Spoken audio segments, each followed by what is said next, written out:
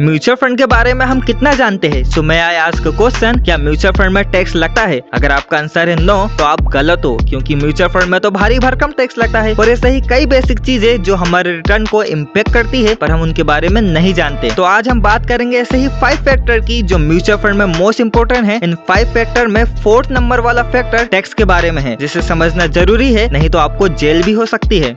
So let's start. Mutual fund में invest करने से पहले आपने SIP और लमसम का नाम तो सुना ही होगा, पर आखिर इनका मतलब क्या होता है, आइए समझते हैं। SIP और लमसम म्यूचुअल फंड में इन्वेस्ट करने के 2 तरीके होते हैं, एक SIP और लमसम। लमसम का मतलब फंड मैनेजर को वो अमाउंट एक साथ पे कर देने से है जिसे आप म्यूचुअल फंड में इन्वेस्ट करना चाहते हो, और वहीं पर SIP का मतलब उस इन्वेस्टमेंट से होता है जिसे आप इन्वेस्ट तो करना चाहते हो पर एक साथ पे नहीं करना चाहते। तो आप अपने अमाउंट को मंथली बेसिस पर थोड़ा थोड़ा इन्वेस्ट कर सकते हैं। SIP और लमसम दोनों का ही एक अपना अलग अलग प्रॉफिट होता है, जिसे हम आगे समझेंगे। अब समझते हैं म्यूचुअल फंड कितने प्रकार के होता है। म्यूचुअल फंड 2 प्रकार का होता है, open ended and close ended fund. किसी भी म्यूचुअल फंड में इन्वेस्ट करने से पहले ये जान लेना जरूरी होता है कि जिस फंड में आप इन्वेस्ट कर रहे हो वो ओपन एंडेड है या close ended. Open ended fund वो फंड होते हैं जिन्हें कभी भी खरीदा या बेचा जा सकता है, जहाँ पर आपकी मर्जी चलती है। और जस्ट इसका अपोजिट क्लोज एंडेड फंड वो फंड होते हैं जिन्हें सिर्फ स्टार्टिंग में ही खरीदा जा सकता है जब वो लॉन्च होते हैं, और जिसे एक फिक्स डेट पर ही रिडीम यानी बेचा जा सकता है। अब बात करते हैं हमारे तीसरे फैक्टर की, जो है डायरेक्ट या रेगुलर प्लान। फंड को हम 2 जगहों से खरीद सकते हैं, ऑनलाइन प्लेटफॉर्म के थ्रू, कंपनी से जो डायरेक्ट प्लान होता है,